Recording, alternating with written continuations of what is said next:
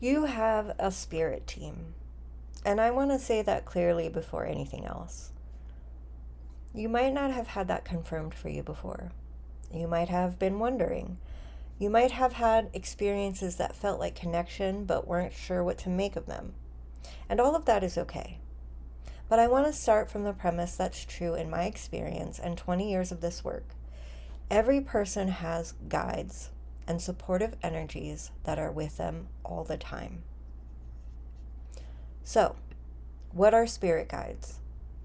They're non-physical consciousnesses specifically aligned to support your journey. Some have had human lifetimes and carry that wisdom. Some are higher dimensional beings who have never been human before. Some are aspects of your own higher self. Some are ancestors working through their own evolution by supporting yours. The form varies, but the function is consistent. They're on your side. Most people are already receiving guidance and not recognizing it as such. The most common ways that this shows up: a gut knowing, a sense of just knowing something without being able to explain how, the knowing that arrives before the logic does. Guides often communicate through your intuition, dropping information into your field that rises up as a knowing.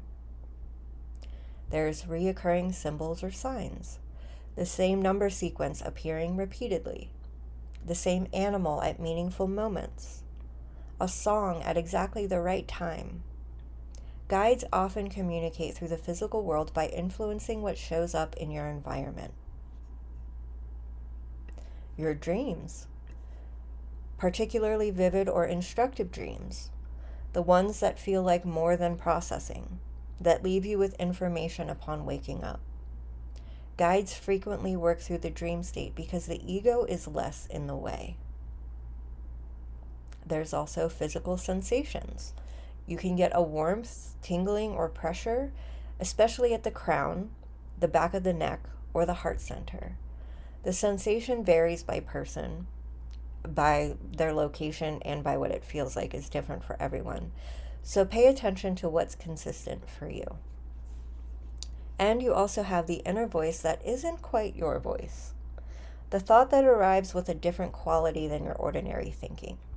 It might sound like you, but it's quieter, clearer, and often says something that wouldn't have been something that you say yourself, whether that's language, context, or even cadence. So, how do we start connecting intentionally? First, we start with acknowledgement. Simply say internally or out loud, "I know you're there. I'm ready to build this connection more consciously. I'm open to receiving your guidance clearly." And this sounds too simple to matter, but it isn't. Intention opens channels. Your team won't override your free will or forced contact.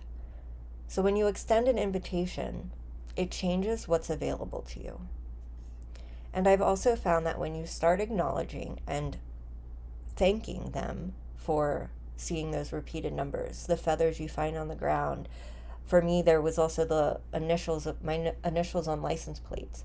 When you say, "Hey, thank you, universe, I see you," and give that acknowledgement and that gratitude, you'll start to see more, and they'll evolve and become something so beautiful that you never would have even expected.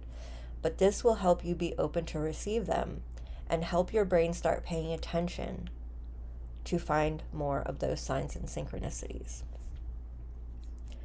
Another thing that you can do is create a regular quiet practice. Guides communicate in the quiet best, in the space between thoughts, in meditation, in the moment just before you go to sleep or wake up. So even 5 minutes of intentional daily quiet, where you're receptive rather than doing, is enough to get you started. Then simply ask questions and wait. One clear question, and then genuine waiting and listening with all of your senses. The answer may not come immediately. It may arrive later in an unexpected form.